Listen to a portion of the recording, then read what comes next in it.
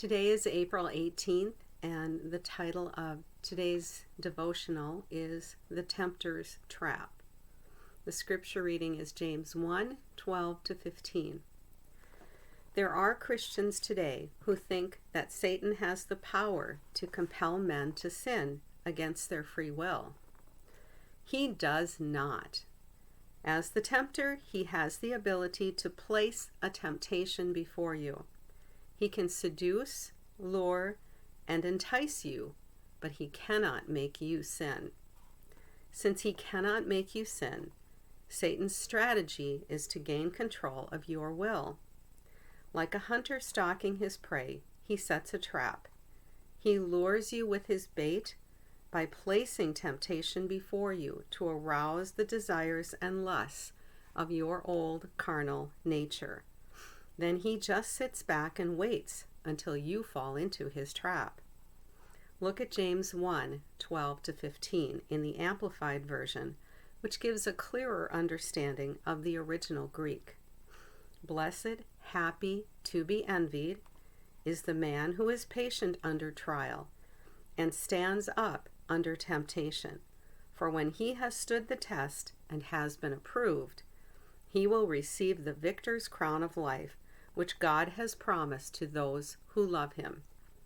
Let no one say when he is tempted, I am tempted from God.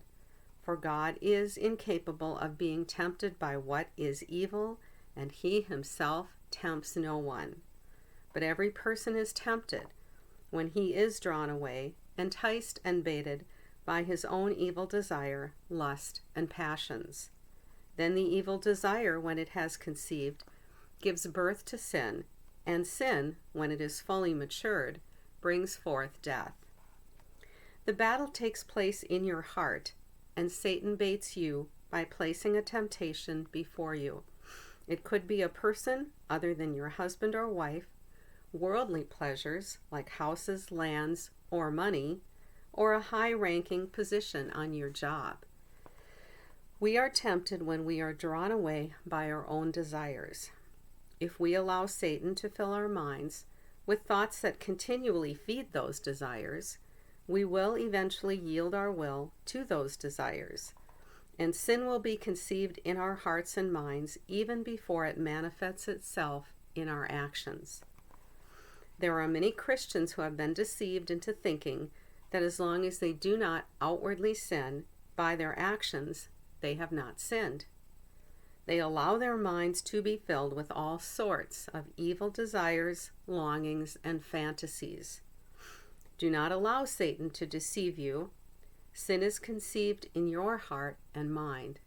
Jesus said, "Everyone who so much as looks at a woman with evil desire for her has already committed adultery with her in his heart."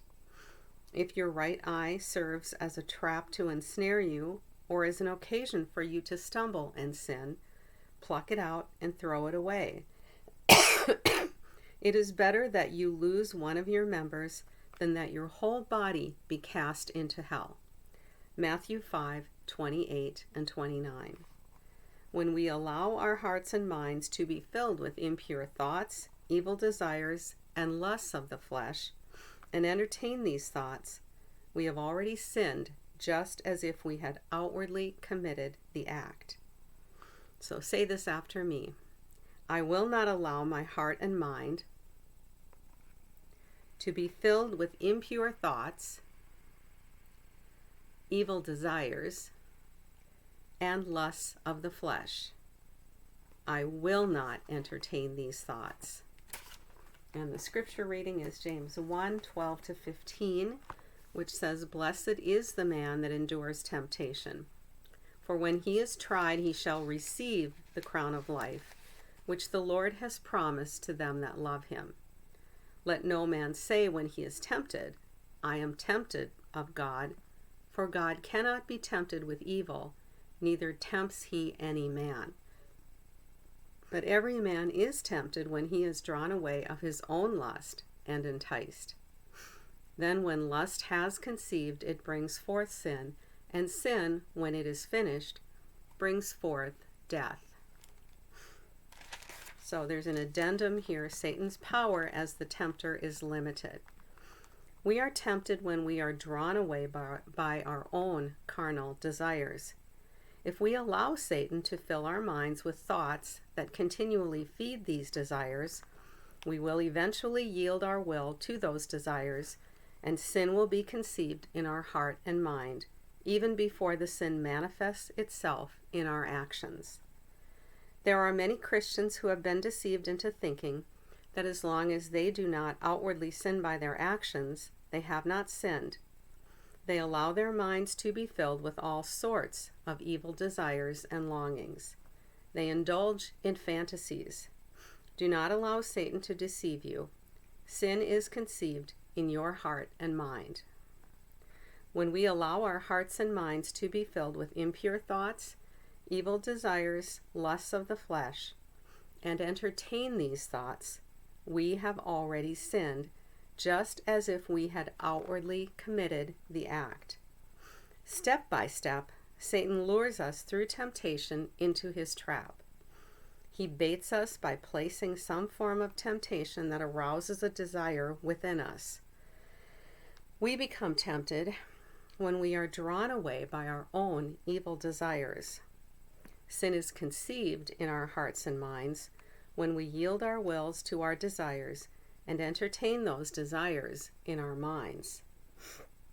Sin manifests itself through our actions.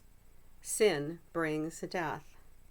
There is no trial too great, no temptation too strong that Satan can use that will destroy you.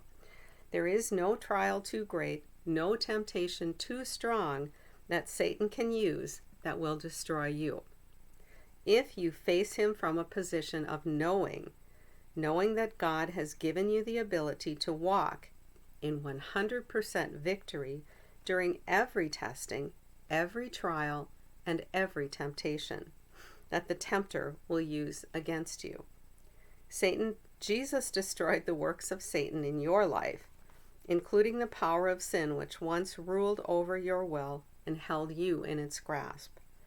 You are no longer bound to the desires of your flesh or carnal nature.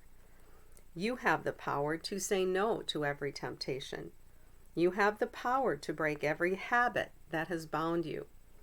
God has provided total and lasting victory for us. There is not one reason why Christians should ever stumble and fall into Satan's snare through temptation. There are Christians who have been deceived by the enemy into thinking they have no control over their will. They yield to the temptations of their flesh, their carnal nature, and the truth is that every born-again child of God, no matter how weak or strong they may be, has the power to resist every temptation.